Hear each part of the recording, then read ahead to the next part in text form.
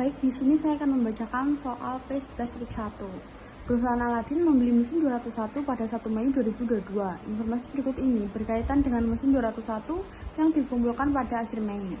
Harga beli $85.000, ketentuan kredit 2/10 NP30, biaya pengiriman $800, biaya persiapan dan pemasangan $3.800, biaya tenaga kerja selama operasi produksi reguler sebesar $10.500. Lalu soalnya, diharapkan mesin tersebut dapat digunakan selama 10 tahun. Setelah itu nilai residu menjadi 0. Aladin berniat untuk menggunakan mesin tersebut hanya selama 8 tahun. Namun setelah itu Aladin berharap untuk dapat menjualnya dengan harga $1.500. Faktur untuk mesin 201 dibayar pada tanggal 5 Mei 2022. Aladin menggunakan tahun kalender sebagai dasar penyusunan laporan keuangan. A. Hitunglah beban penyusutan untuk tahun-tahun yang ditunjukkan dengan menggunakan metode berikut. Bulatkan ke dolar terdekat. 1. Metode garis lurus untuk tahun 2022. 2. Metode jumlah angka tahun untuk tahun 2023. Nomor 3. Metode saldo menurun ganda untuk tahun 2022. B. Misalkan Cat Crow, Presiden Aladin memberitahu Anda bahwa karena perusahaannya adalah organisasi baru, dia memperkirakan akan membutuhkan beberapa tahun sebelum produksi dan penjualan mencapai tingkat optimal. Dia meminta Anda untuk merekomendasikan metode penyusutan yang akan mengalokasikan lebih sedikit beban penyusutan perusahaan pada tahun-tahun awal dan lebih banyak pada tahun-tahun berikutnya dari umur aset. Metode apa yang akan Anda rekomendasikan? Jadi jawaban pertama, harga beli $85.000 dikurangi diskon pembelian 2% $1.700, karena kan tadi kan belinya kan tanggal 1 dan bayarnya kan masih tanggal 5, jadi itu masih bisa dibeli dengan harga diskon.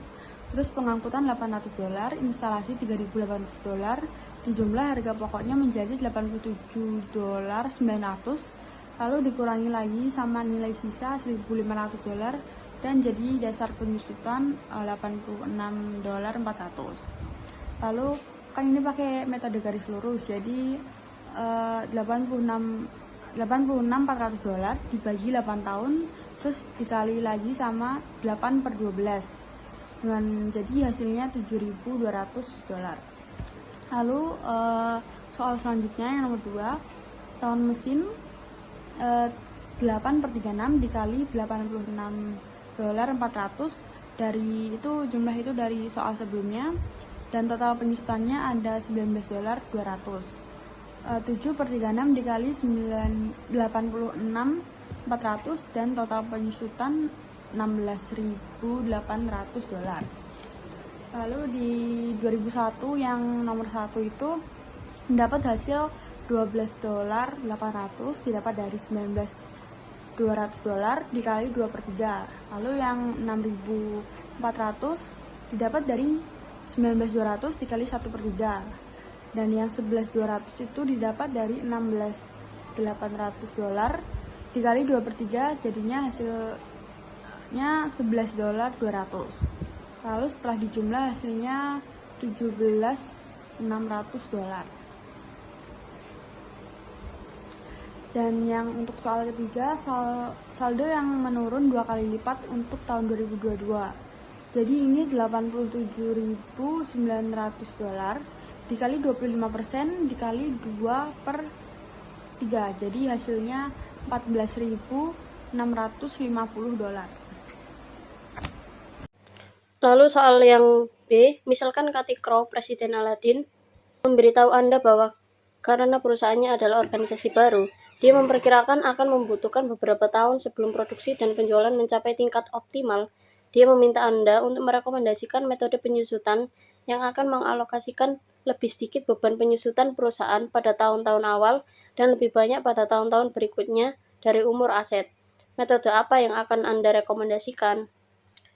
Jawabannya adalah metode N-Activity Method, karena dengan metode ini beban penyusutan dihitung berdasarkan aktivitas produksi, dan dengan metode ini beban penyusutan dapat disesuaikan sesuai dengan keinginan supposed Cat Crow. Namun, pada umumnya semua metode penyusutan memiliki biaya penyusutan besar di awal dan relatif kecil di akhir, kecuali straight line method karena beban penyusutan per tahunnya memiliki jumlah yang sama. Soal P11.2. Biaya peralatan yang dibeli oleh Carleston SA pada tanggal 1 Juni 2022 adalah $89.000. Diperkirakan mesin tersebut akan memiliki nilai sisa sebesar $5.000 pada akhir masa pakainya.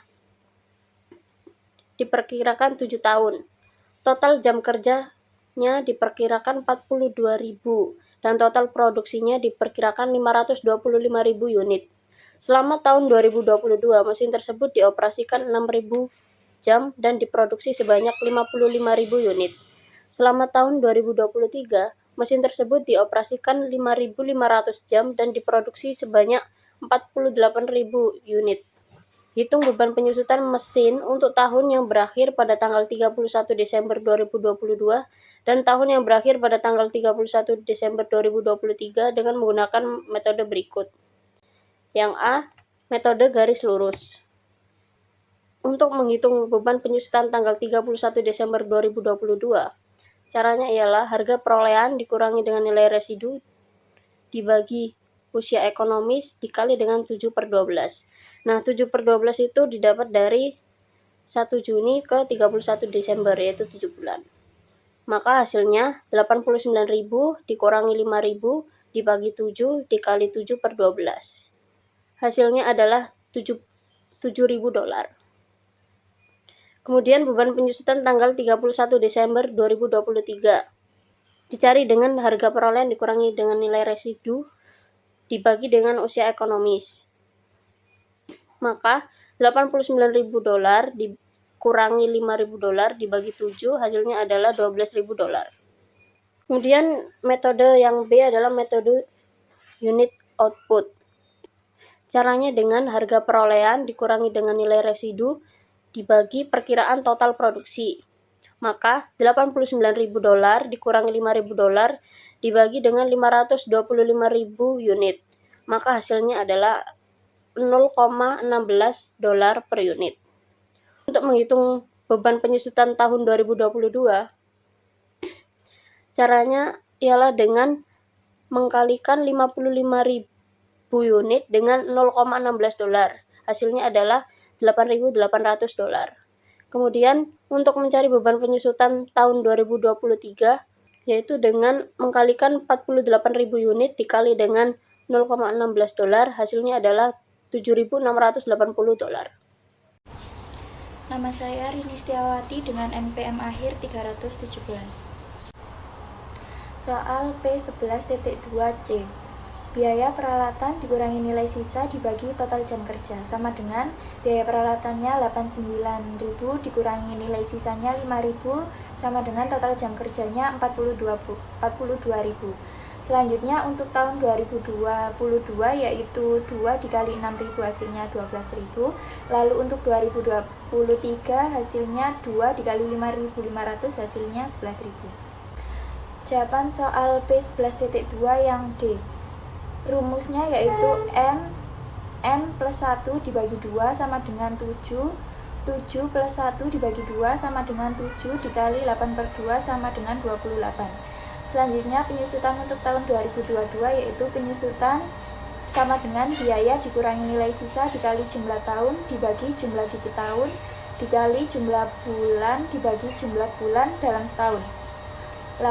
Lalu 89.000 dikurangi 5.000 dikali 7/8 dikali 7/12 sama dengan 89.000 dikurangi 5.000 dikali 7/8 dikali 7/12 sama dengan 12.250. Penyusutan untuk tahun 2023 selama 5 bulan. Penyusutan sama dengan biaya dikurangi nilai sisa dikali jumlah tahun dibagi jumlah digit tahun dikali jumlah bulan dalam setahun, yaitu 89.000 dikurangi 5.000 dikali 7/28 dikali 5/12 sama dengan 89.000 dikali 7/28 dikali 5/12 sama dengan 850. Selanjutnya penyusutan untuk tahun 2023 selama 7 bulan, yaitu penyusutan sama dengan biaya dikurangi nilai sisa dikali jumlah tahun dibagi jumlah digit tahun dikali jumlah bulan dalam setahun, yaitu 89.000 dikali 5.000 dikali 6 per 28 dikali 7 per 12, hasilnya 10.500. Selanjutnya jawaban soal P11.2 yang E. Tingkat saldo menurunnya 2/7. Selalu penyusutan untuk tahun 2022 yaitu penyusutan sama dengan biaya dikali tarif menurun dikali jumlah bulan dibagi bulan dalam setahun. Hasilnya 89.000 dikali 2/7 dikali 7 per 12 sama dengan 14.833. Selanjutnya penyusutan untuk tahun 2023, penyusutan sama dengan biaya dikurangi penyusutan 2017 dikali tingkat penurunan, hasilnya 89.000 dikurangi 14.833 dikali 2/7, hasilnya 21.191.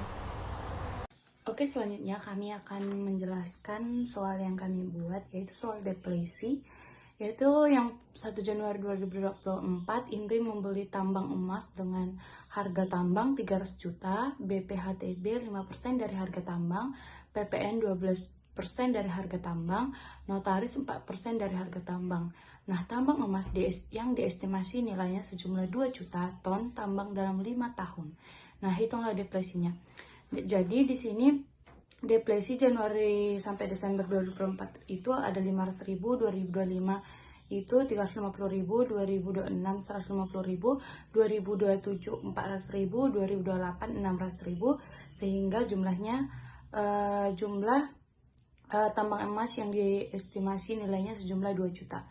Nah, pertama kita cari dulu harga BPHTB, PPN, dan notarisnya. BPHTB tadi 5% dari harga tambang, yaitu 5% dari 300 juta, sehingga 15 juta. Harga PPN 12% dari harga tambang, sehingga 12% kali 300 juta, yaitu 36 juta. Harga dari notaris tadi 4% dari harga tambang, sehingga notaris 4% dari 300 juta adalah 12 juta. Sehingga jumlahnya yaitu 363 juta. Jadi Indri harus membayar seharga 363 juta. Nah, di sini kita akan menghitung deflasi Januari. Yang pertama Januari sampai Desember 2024, yaitu harga yang harus dibayar Indri per harga tambang emas yang diestimasi nilainya tadi sejumlah 2 juta dikali harga deflasi dari Januari sampai Desember 2024, sehingga Januari sampai Desember 2024 363 juta per 2 juta dikali 500.000 dapat 90.750.000. Begitu juga dengan sampai Januari sampai Desember 2028 caranya, sehingga tadi deflasi Januari sampai Desember 2024 itu ada 90.750.000, 2025 itu ada 63.525.000, tahun 2026 27.225.000, tahun 2027 72.600.000, dan tahun 2018 108.900.000, sehingga jumlahnya sama dengan harga yang harus dibayar Indri, yaitu 363 juta. Sekian dan terima kasih.